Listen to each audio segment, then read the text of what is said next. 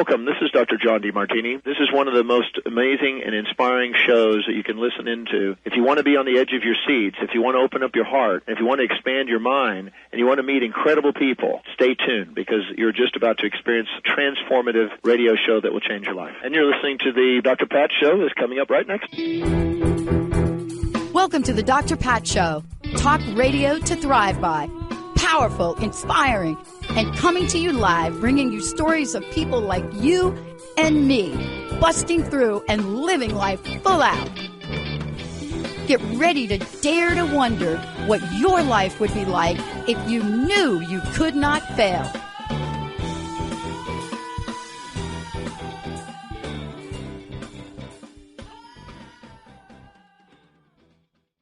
Hey, everybody, welcome. It's so great to have all of you tune us in and turn us on. Thank you for joining us here on the Dr. Pat Show of Transformation Talk Radio and the Transformation Network. We have a great lineup for you today. I am so thrilled to introduce all of you to Elizabeth Cunningham. And, you know, I haven't been able to have a conversation like the one we're going to have now for a little bit of time. Since one of my alums joined our network, alum from Claremont, joined the network a bunch of years ago and started to talk openly about things that a lot of people think are taboo. Today, we're opening up with Elizabeth Cunningham because there are questions that go on and on and on in your mind, and you are probably too afraid to ask, or you don't have the right person to ask. Now, for you, you should know that Elizabeth, take the call-in number down too, right, for the show. Because those of you out there, like you're thinking, oh, okay, I'm going to want to call in. 1-800-930-2819. Elizabeth Ann Cunningham is a love and life coach. Love and life coach. She coaches primarily non-monogamous people in the area of love, sex, and relationship. But that doesn't mean she doesn't coach other people. The point is this: she has been working and studying in the field of human sexuality and relationships, you know, almost as long as I've been doing the show, Benny. And so when you think about this and you think about somebody like she, and you think about what she's been doing, what is it that you are doing to yourself? What are you holding back? What is this lack of education causing you to compromise on? What if you are so feeling guilt and shame that you literally bought all of the books for 50 Shades and watched the movies 5 times? What is it that you're holding in that is holding you back? That's what today's show is. That's what Elizabeth Ann Cunningham does. And it's so great to have you here. Welcome to the show. Oh my gosh, I'm so excited to be here. Thank you for having me. I love, and you and I have been talking way before you even did the show. I mean, we've been having conversations all along.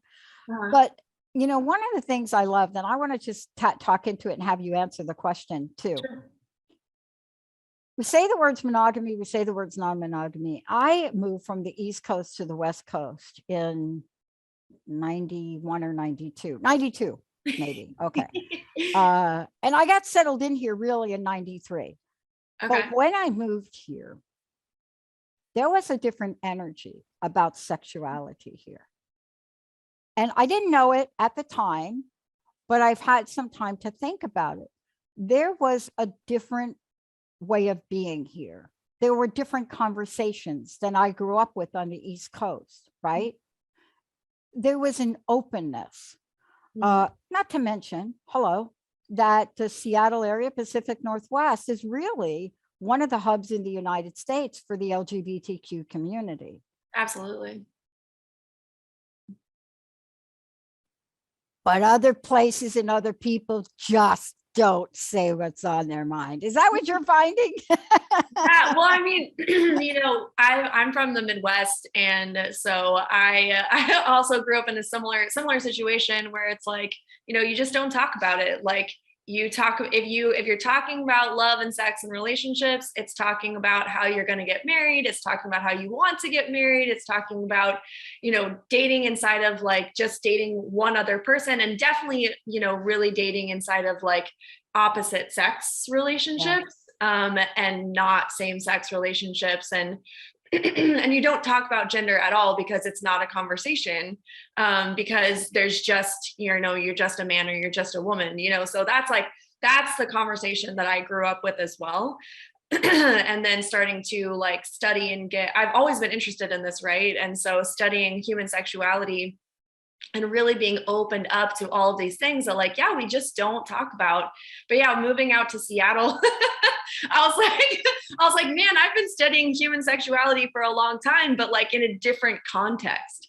And like moving out to Seattle, it's like, this is a whole new context where it's like, people are actually having these conversations about like, having multiple relationships or being LGBTQ or, different genders and like fluidity and sexuality and, all of this stuff. Right. And it's so awesome. And, one of the things that I find in people being stopped is something that you already brought up, which is just like shame and guilt. Like, is this okay? Am I okay for feeling the way that I do? Is this wrong? Or it's not even, is this wrong? It's like, this is definitely wrong. Oh my God. I almost, and this is tied into what we're talking about. You're going to walk us through what monogamy is and what non-monogamy is. We're going to have a conversation about that. Mm-hmm. I want to just piggyback off something you just said. Mm-hmm. I feel like I was almost thrown out of a Zoom call not too long ago. Okay. I'm not kidding. Look, I've been thrown out of a lot of places for things like that. But we're on a real friendly Zoom call, and one of my friends was saying, "Oh my gosh, I just watched this really good movie. I think, what is he called? Juno with Ellen Page." Oh, yeah. Elliot. Now Elliot. I had to say Ellen to put it in context. Got it. Cool. Okay. Because I did what you just did. And then I did exactly what you did in the friendly call, which then didn't get friendly. I said, you mean Elliot Page? No, Ellen Page. No, I said, no, Elliot Page, Umbrella Academy, Elliot Page. Mm-hmm. No. And I said, listen, they were Ellen Page. They're now Elliot Page. Mm-hmm. So what I'm finding is I found myself in a little situation that led to a bigger conversation that is really the foundation of what you and I are talking about today. Mm-hmm. But I think I found myself on Zoom bringing up her profile because I love, and I say her because I was not on this call. I was not going to make my point. If I said him, or I mean, this is how restrictive this call was. I couldn't even talk about it. But recognizing a person for who they are and what they desire and what they want, we have to be able to do that without guilt and shame. And I honestly felt bad. I'm thinking, if they're like getting the vibration of this call, I do need to get kicked off from it.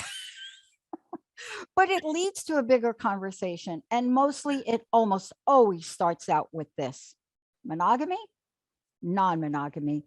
And let's be clear on what it is, because I would venture to say most people don't know. Give us a sense from your vast experience. Yeah. So, and that is the first question that I get asked is like, what is monogamy? Because we don't actually use that term. We just say relationships, and it's assumed monogamy. And so what monogamy is that you have two people in a relationship, and the agreement is that there's only two people in that relationship. Actually, if you look up the dictionary definition of monogamy, it's specifically a life partner.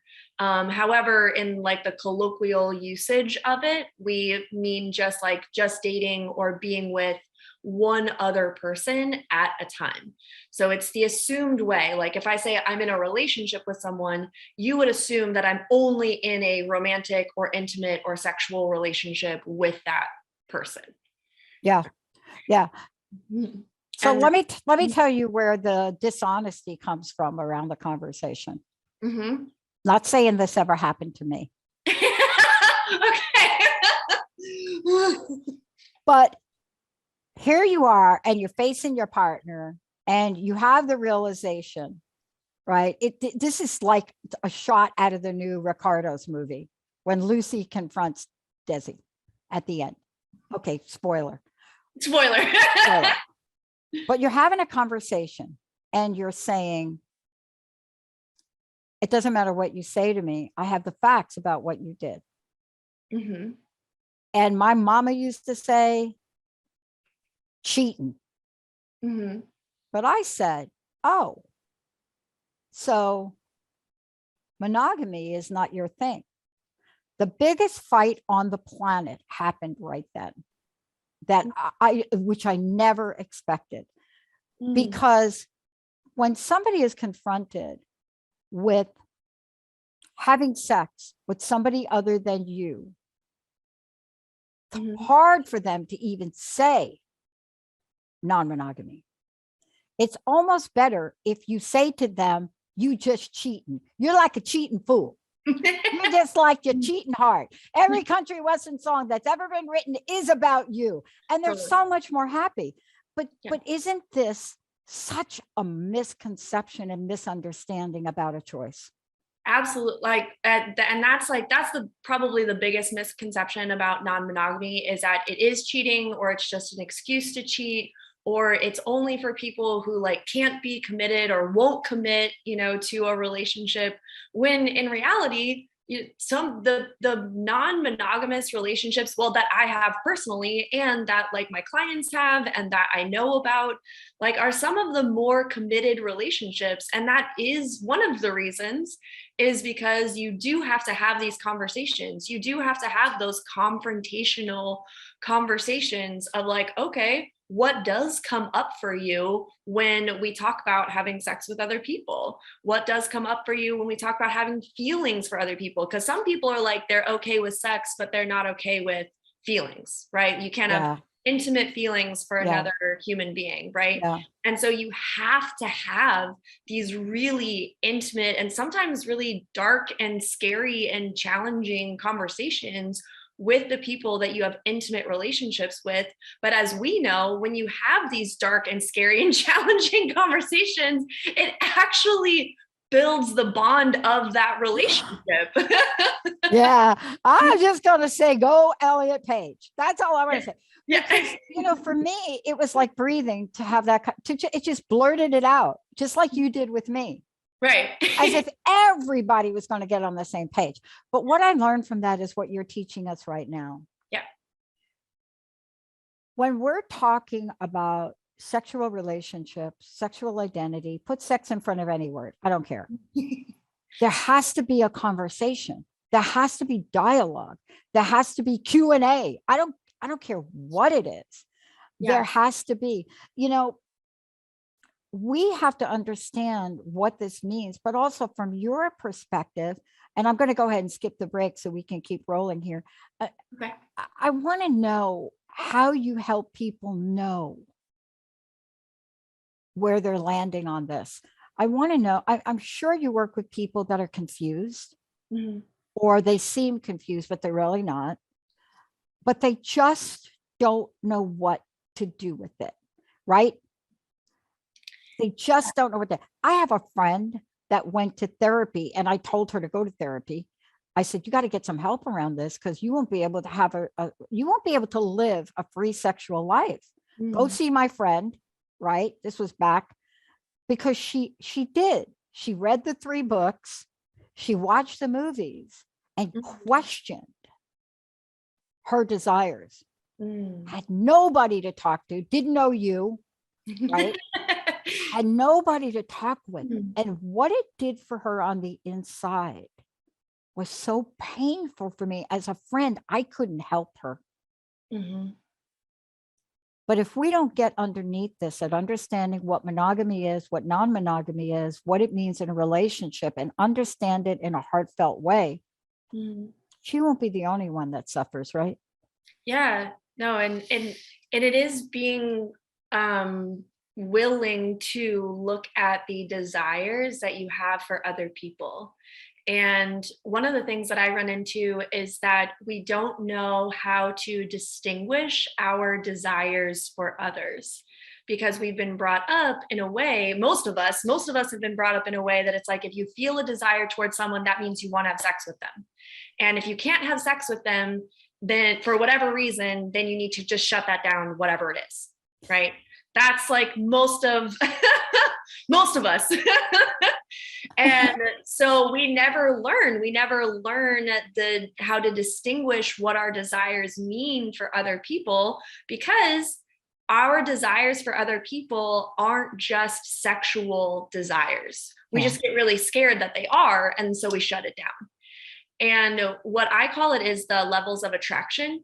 And you're attracted to people in different ways all the time. And all of us are different. You know, sexuality is so fluid. Sex and sexuality is so fluid. It's so vast. There's so much there. So it really is all a spectrum. And I want to like emphasize that point, because I don't want someone to take away from this conversation like, oh, this is exactly Right. where I fall, you know, because it's not. Because where you're at right now as a sexual human isn't where you were 10 years ago, isn't where you were 5 years ago, might even not be where you were last week, you know? And so really being able to distinguish these things and stay in that inquiry and conversation is so important. And so the levels of desire, levels of attraction that I teach people about is, you know, all the way from like, you know, when you feel like really repulsed for like you don't have to know them. You just like, you get in the same room with them and you're like, oh, I'm out of here. Yeah. Like I gotta go. I feel sick. Go. I feel sick. I gotta go. Right. It's like there can even be like a repulsion to people as well. So there's like attraction and there's like being repelled. Right. Totally. And then there's also like being neutral. Like you can actually look at a door and look at another human and be like, I have similar feelings towards this door and this human. Right. And then you can also have platonic attraction. You know, we're attracted to our friends. You know, you meet people and you're like, hey, like, we should go get coffee, not because like you want to sleep with them, but because they're a cool person, you know, and you want to connect with them. And then there's, you know, attraction, like, you know, maybe it's like a physical attraction, but it doesn't have to do with sex. I call it like a sensual attraction. It's like, you want to be close to them. You want to hold their hand. You want to give them a hug. You want to give them a kiss on the forehead, you know, and it has nothing to do with sex. It's just that you want to show physical, you know, connection with that person. And then there's sexual attraction, because you are sexually attracted to people, and you can just be sexually attracted to someone. You don't have to like them. Like you can literally, we've all had this experience where you are sexually attracted to someone and you're also like, why? Because I don't like them. I know. I went to couples therapy once, and we were sitting in the room, right? Actually, twice in my life I've gone. The first time I went, I had the greatest therapist, right? Imago therapy. She was great. And she just looked and said, you two are done. We both looked and said, here's the deal. You may love each other, but you do not like each other. You cannot even stand each other. And so that is not relationship building material. And I remember walking out of there and I felt so free. Well, because it is, and it's being able to distinguish that, you know, because then it's like, because then there's romantic attraction, and then there's even like spiritual attraction, and there's all different ways you can be attracted to someone, and like being able to distinguish that, then you can be like, you don't even have to go to the therapist. It's like, oh yeah, like I want to have sex with you, but like I don't like you. Yeah. You know. But aren't you talking about, let's just jump to this real quick, because part of what we're describing here in the moment is we really are talking about a version of experiencing ourselves that pretty much all of the programs out there that say know yourself, love yourself, care for yourself, leave this out. Or it's not the first thing you talk about in your coaching session. It's at the bottom. There's only one program I know in the world that is not a program that you would do, not a love and sex coach, not that, but a general program that makes you look at all of your sexual relationships. There's only one program in the world that makes you do it if you want to take this program. And millions of people take this program. And that is any of the 12-step programs, Alcoholics Anonymous, Narcotics Anonymous. You do not do a 4th step without, they have a sex worksheet. So what? I did not know that about that program. I'm probably going to get called because I'm giving secrets out. But my point is this. We don't know how to experience ourselves. I love the work you do. For me, when I talk to you, I'm reminded of a few things. I didn't thought there was anybody really like you doing this anymore. I know Dr. Kelly, right? She's not doing it right now, but I knew she was a breakthrough pioneer. And honestly, both of us graduated from the same doctoral program, and both of us took a lot of grief for our life path from a very prestigious program. They banned me because I thought I was holding crystals in my hands. That's how crazy that place is. But when you say experience yourself, you're really talking about a full, holistic view. Yeah, absolutely. Like, what does your body like? Actually listening to your body, because that's what attraction is listening to your body, and then also being willing to give your body what it needs. And that's where, the breakdown is with people as well, is that, it's also wrong to give your body pleasure. And I'm like, man, no. I'm like, no, give your body what it needs. It's actually feeding you when you give your body the pleasure that it desires. And I'm not just talking about sex. I'm talking about if your body wants to roll around in the dirt, if you were really listening to your body and your body was what sounds delicious right now? Just caking mud all over my body. Oh my God. I actually did mud wrestling when I was younger. Dude. We'll save that for another show. We'll see. I can't believe the stuff you're bringing up here. I'm having a hot flash. But it's being willing to actually listen to your body, listen to your desires, being able to give your body what it needs, whatever that might be. But then the second part of that, we're also saying this in the context of relationships, and not just discovering what you want, but also being able to articulate what you want as well. And that's the next step, being able to, because if you don't know what you want, you can't say what you want. You can't say what you want, you can't get what you want. Yeah. And I'm telling you, this is really where this is for me is the pivotal core essence of your work. You do a lot of things with people. You help people in discovery, but you also help people really step fully into who they are. But the hardest thing for any of us, I learned on a call where I thought, well, everybody was on the same page, the same Elliot page.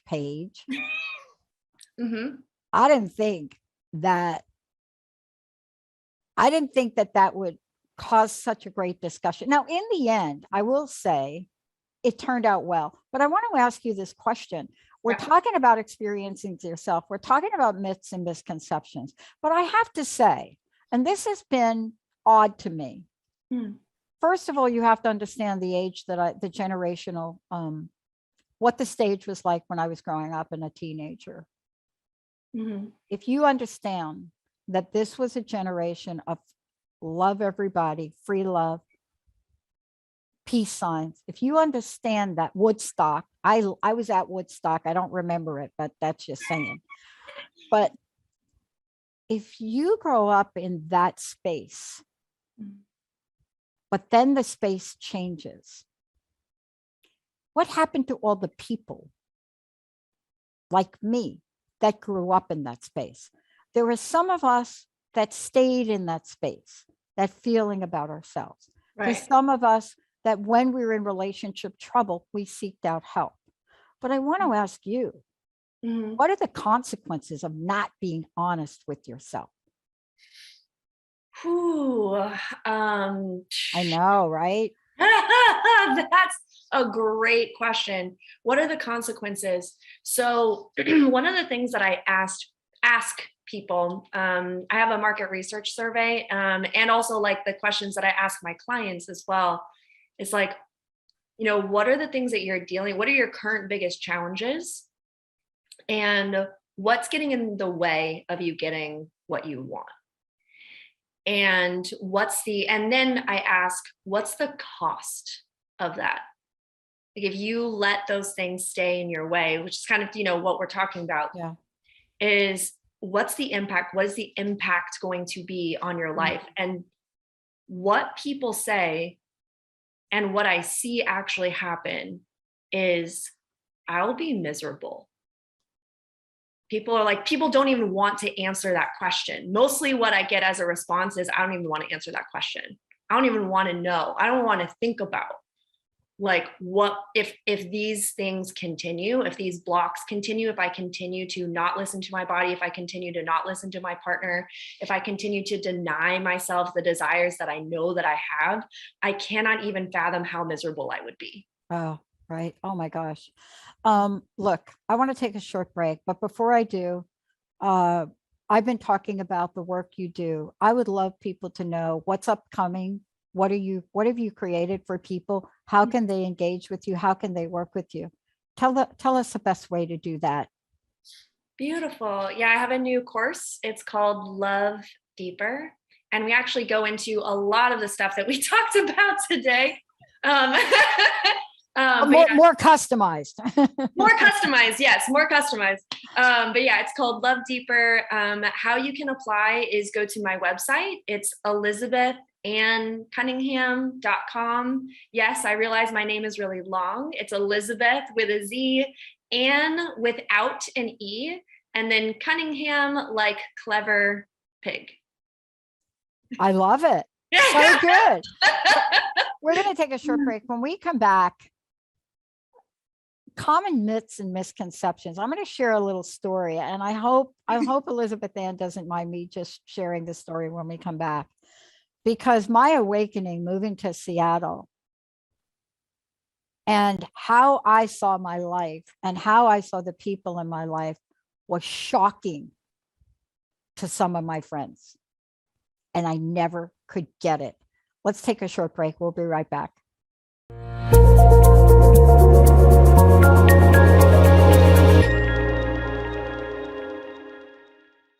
Welcome back. It's so great to have all of you tune us in and turn us on. If you have any questions for us, give us a call. But more importantly, what you want to do is connect with Elizabeth.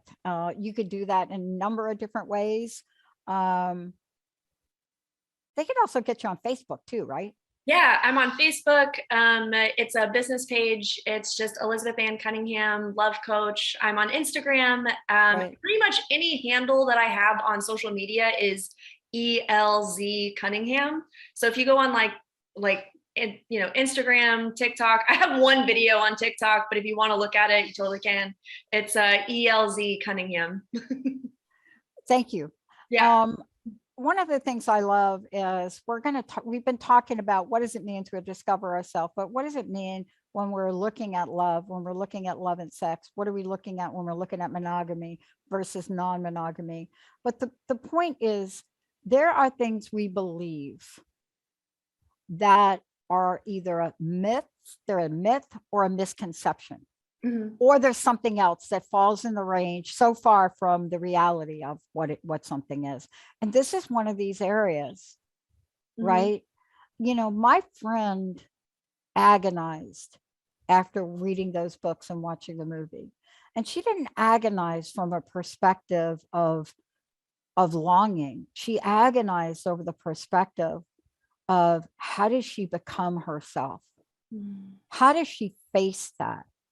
And then she made the mistake of telling her husband at the time what she really felt about the film. Mm-hmm. Not together anymore. But these things are roadblocks into anyone having a healthy conversation about love and sex, aren't they? Yeah. Well, and just to say, like, I don't know if it was a mistake of your friend to tell her husband. I don't think, no, it wasn't. I'm like, if you tell someone no. if you tell someone your deepest desires and they're like, I don't want to be with you anymore, I think it's actually a really productive conversation. Yeah, just totally. in my opinion. Totally was. Like, totally. Okay, great. We're not on the same page. Awesome. And not to like diminish any heartbreak that happened or anything like that, obviously. But yeah, no, there's a lot of misconceptions, just in the realm of like sex and sexuality. There's a lot of misconceptions, but definitely inside of the realm of non-monogamy, and there's a lot that, non-monogamy is this huge umbrella, and I don't think that people realize that. I think that people, you have an idea in your mind, and this is just what we do as humans as well, is that we hear something, we have an idea of what that is in our mind, and then it becomes that thing, right? And so a lot of what people think that non-monogamy is an excuse to cheat. So it's just like, or that, one partner, this is what I hear often, because a lot of times people think of non-monogamy inside of a already existing relationship. And so that's also a misconception as well, because you can be a non-monogamous or polyamorous or swinger or relationship anarchist or all of the different terms that fall under this umbrella as a single person, right?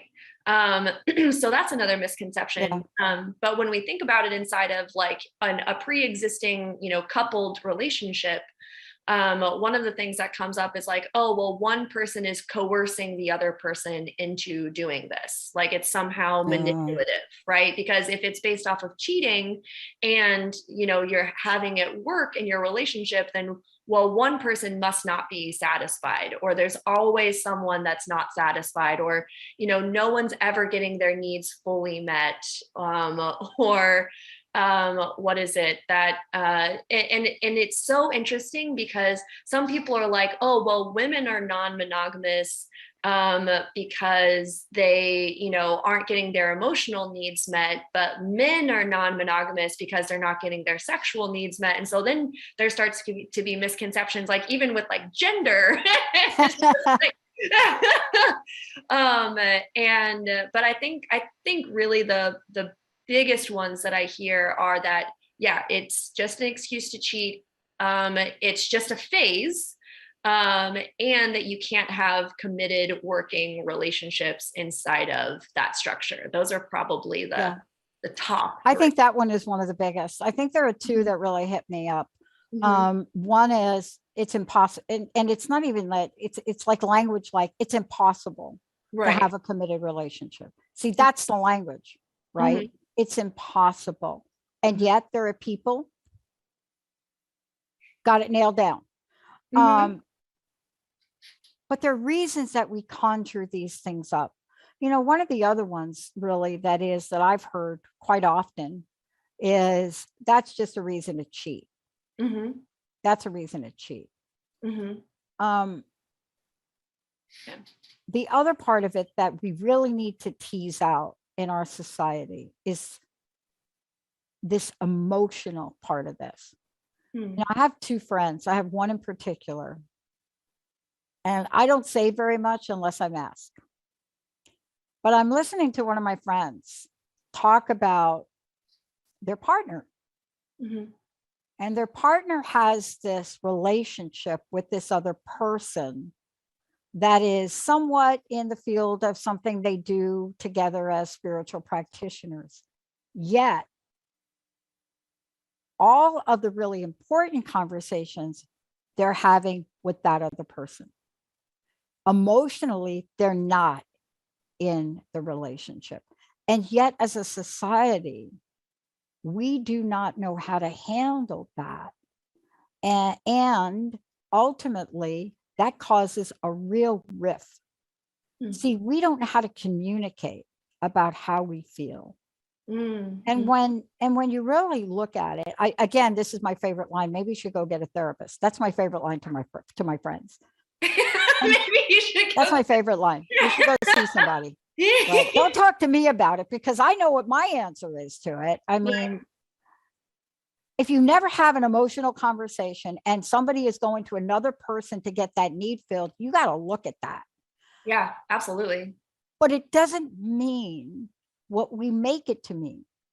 We have made non-monogamy to mean a whole lot of different things that when you talk to people, it doesn't mean. And doesn't that cause consequences? Yeah, well, and I mean, it causes unsafe spaces. I mean, if we're gonna like broaden it out all the way, it causes unsafe spaces, because if something that you're doing is perceived as wrong or bad or immoral by the people that you're surrounded by, then it's not safe for you to talk about. And so therefore it's hard to get help around, or, because we exist in community. And the thing is about, when we have this misconception about monogamous relationships that, you have to get all of your needs met by this one person. And if you're not getting all of your needs met by this one person, then there's something wrong with you.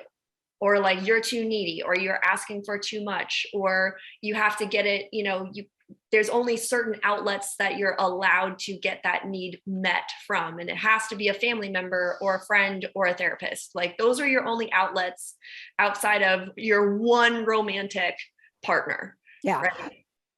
And that isn't the solution.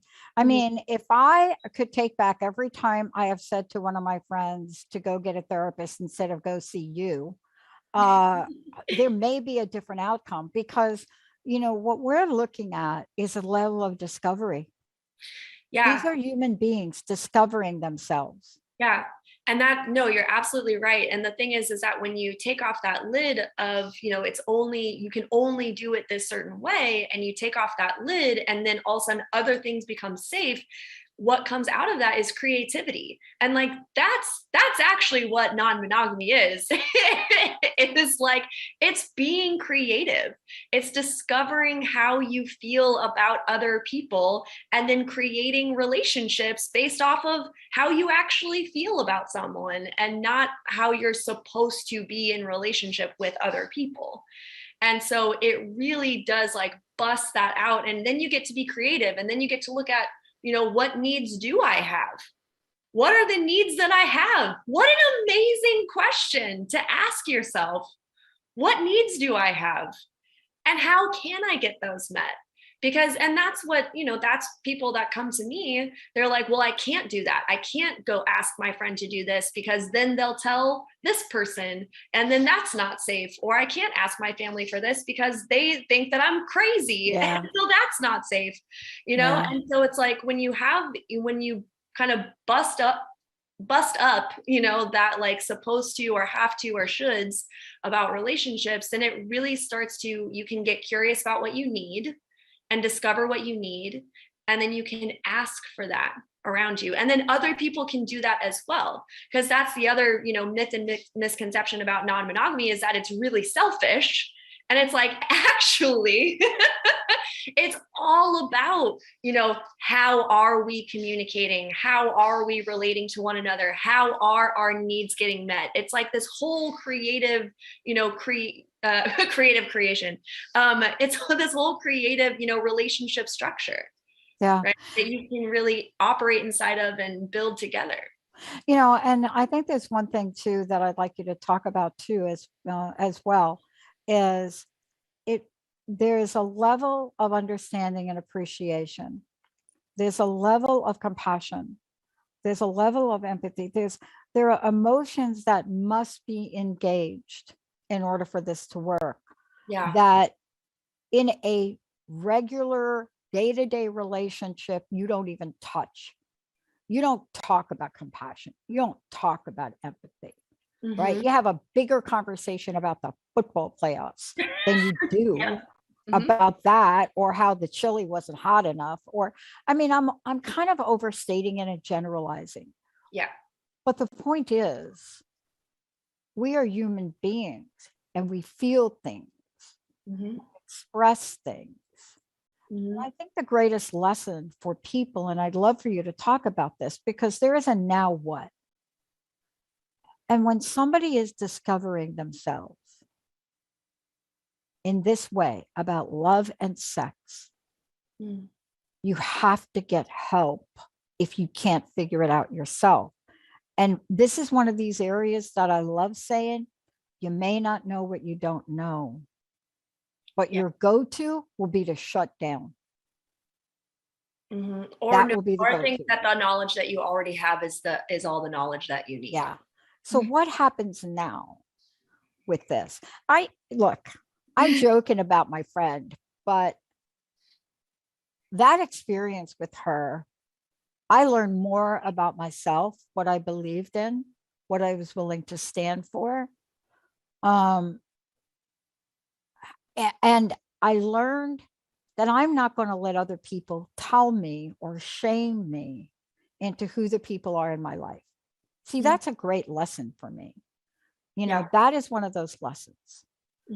And when I went home and we're talking and, I was talking about my friend and how we were in the same program together, and we're sitting at a Thanksgiving dinner around the table.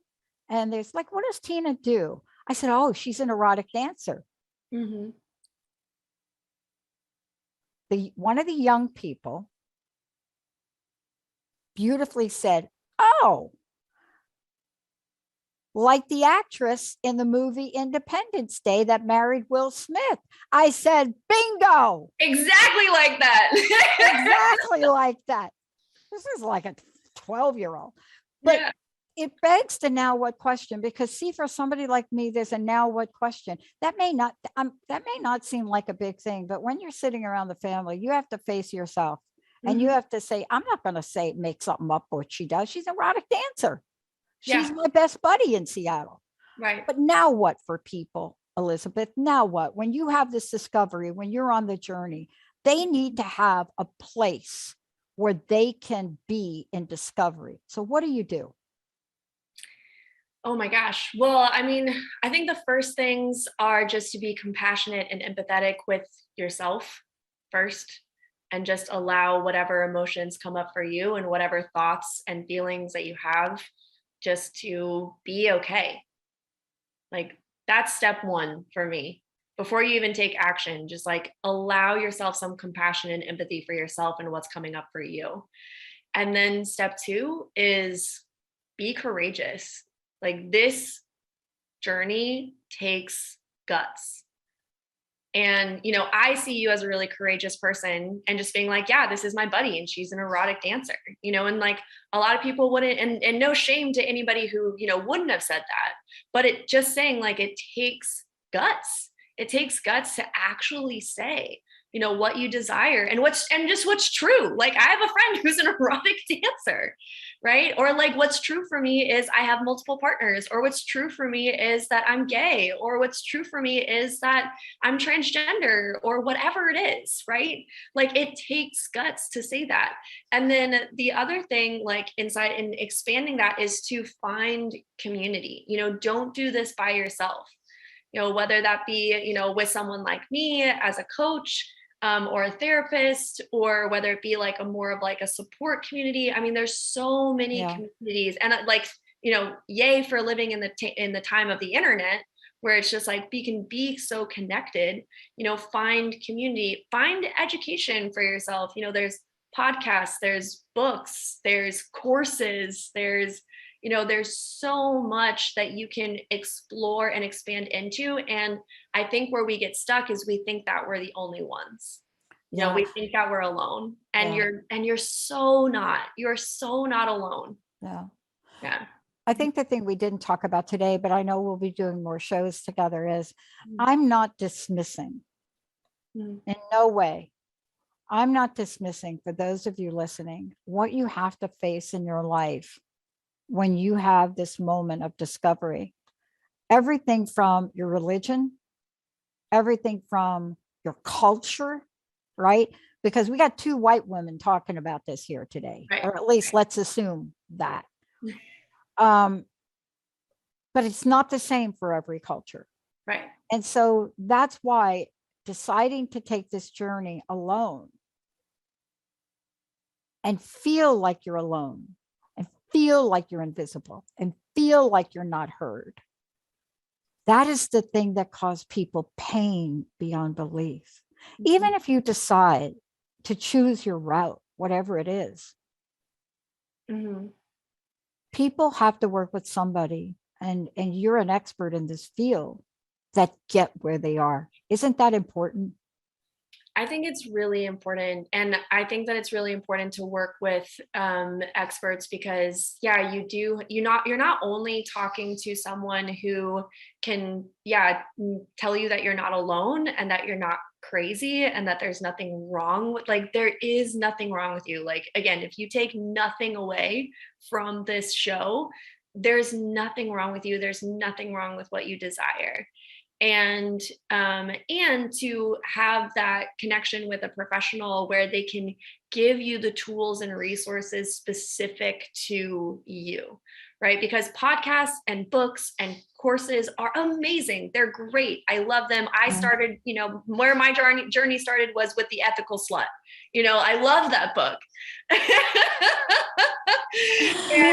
And The Ethical Slut couldn't tell me how to have, how to navigate a conversation with my mom about how I'm like sleeping with multiple people and dating multiple people, or to have the conversation with my partners about how I want to do that, And so really or like with my specific circumstances, like I said, like I at the time when I came out, I guess, as polyamorous, I was living in Kansas. And so there were more barriers for me at that time, than there are now. And so actually talking to a professional about it is not only going to help you like mentally and emotionally, but it's also going to help you navigate and like know the next step to take, and to have someone who's there for you specifically. I'm like you. I mean, the first time somebody handed me I think it was a trilogy. I can't remember now, 3 or 4 books. I still have them, by the way. Was the Sleeping Beauty trilogy by Anne Rice under a pseudonym. And the reason that came to me is Anne Rice passed away this December on my birthday. It's one of my greatest regrets of someone I really wanted to interview and just dragged my feet on. But when they hand me that book, or the trilogy, or I think there are 4 books, The Claiming of Sleeping Beauty. Honestly, I didn't know what I was reading. And then when I asked them, what were you thinking when you gave me these books? And the answer to that is for another show. But the short version is, I knew you'd read them with an open heart and appreciate them. And someday along your own life journey, you may need them to understand yourself better and others. And that was the end of that. But see, that's what you do to people. You're helping people understand who they are, what they're doing, whether it's this moment in time or some future date, and stop guilting and shaming. Elizabeth, thank you so much. Isn't it funny that people gave us those books, huh? That's interesting. No, isn't that wonderful? It's wonderful. I would have never known about that. And then I read all of Anne Rice's other books. Yeah. Please remind us how we can connect with you, what the courses are you're doing, all your social media. And then I'd love to know your personal message. Thank you for bringing this conversation to the forefront today. You're so welcome. Thank you so much for having me on. This has just been beautiful. I just got like shivers from that last share. So I'm just like sitting in that. Yes, how people can reach me. My website is ElizabethAnnCunningham.com. You can reach out to me via my website. You can apply to be a one-on-one client. You can apply for my course, which is called Love Deeper. And you can also reach out to me on Instagram at Els Cunningham, ELZ Cunningham. You can find me on Facebook. You can join my Facebook community, which is called the Loving Deeply Community. So definitely join that community. And we talk about love and sex and relationships and what we're dealing with and what we can discover and really go deeper in love on together. I love it. Thank you so much. And I just want to say, for those of you that are texting me, somehow people have gotten my cell phone number. So I try to read the text. Yes. Elizabeth is coming back. Elizabeth's we're going to be talking more. And by the way, they can send you topics if they want to about what they want to talk about. Okay. Absolutely. Yeah, definitely. Okay. And also like reach out to me if you reach out to me on Instagram. Yeah.